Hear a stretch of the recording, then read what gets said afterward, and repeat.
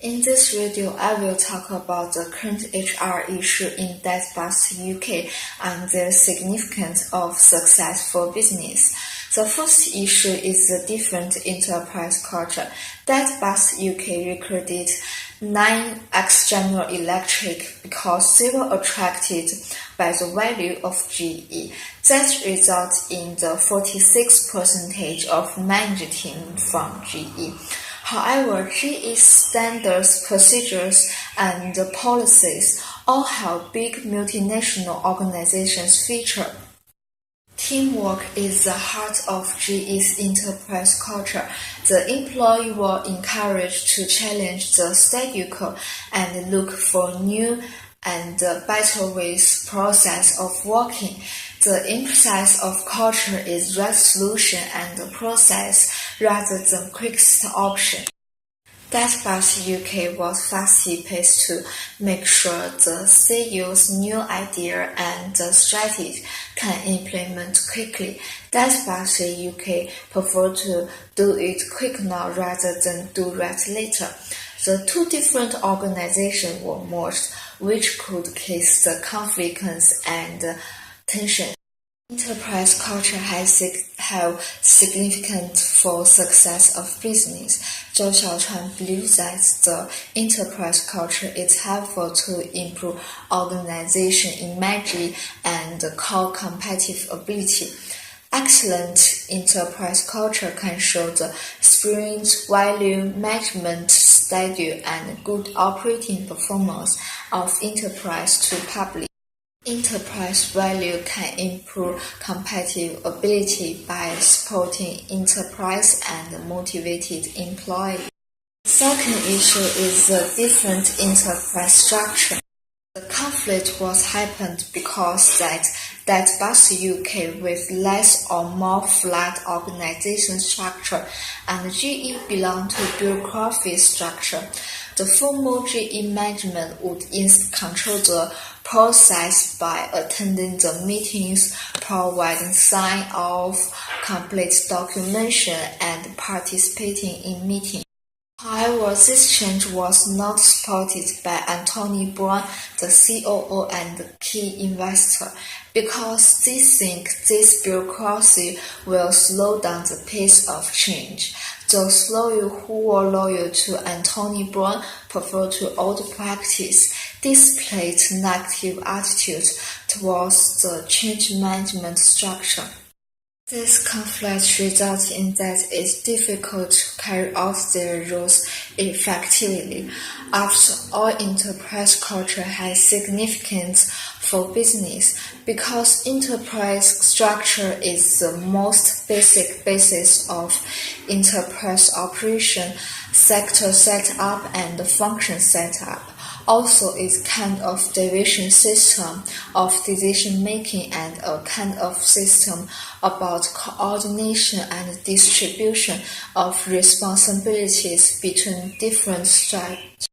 Enterprise structure can allocate enterprise management in certain position, determine the operation condition and the rate of operation.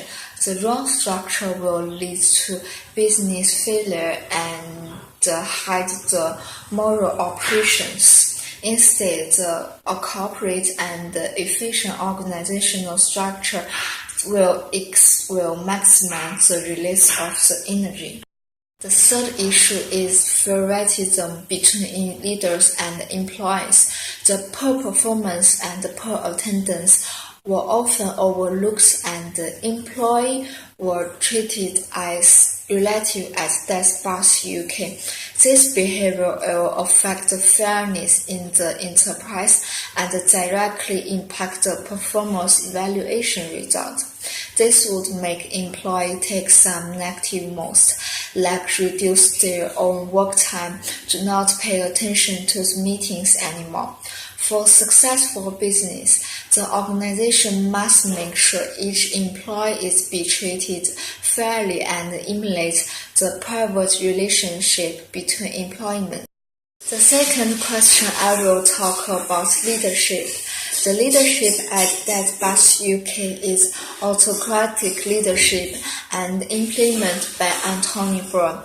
Autocratic leadership only focuses on the goal of work, only concerned about with the task and the efficiency of the work, but they are not concerned about the members of group.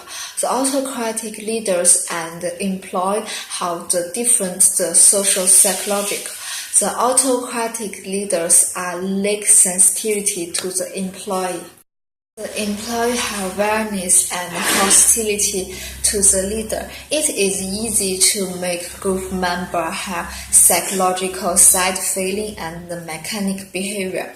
The autocratic is capable when the time is tight, tasks are heavy, and workload are heavy, or faced with untrained people who know nothing about their works or poorly management department. The power of the autocratic team is controlled by the leader. The leader only focuses on the goal of work, only concerned with the complication of the task and the efficiency of the work. The team members are not be concerned. In this kind of team members are in a subordinate position and have no right to participate in decision making. The goal of team and working policy are set by the leaders themselves. Specific work arrangement and personnel assignments are decided by leaders. Team members' opinions are not welcomed by leaders and are rarely adopted.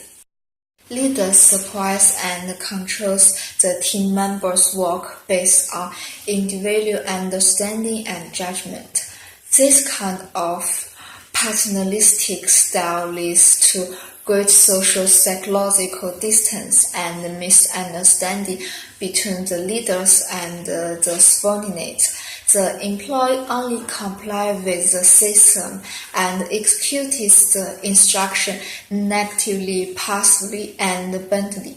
The team is short of innovation and cooperation spirit. According to leadership aspects, autocratic leadership is also bad for highly skilled and motivated workers. A few people like to be told what to do, especially those who are already motivated and understand the task at hand.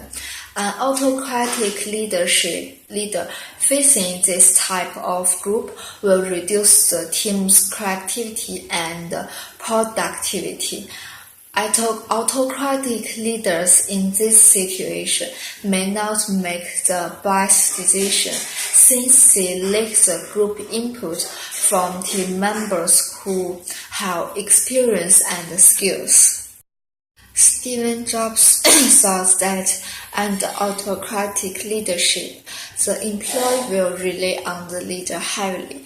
The leader controls the employee over will result in employees lose their creativity and enthusiasm and think that comply with leaders' orders as their first job.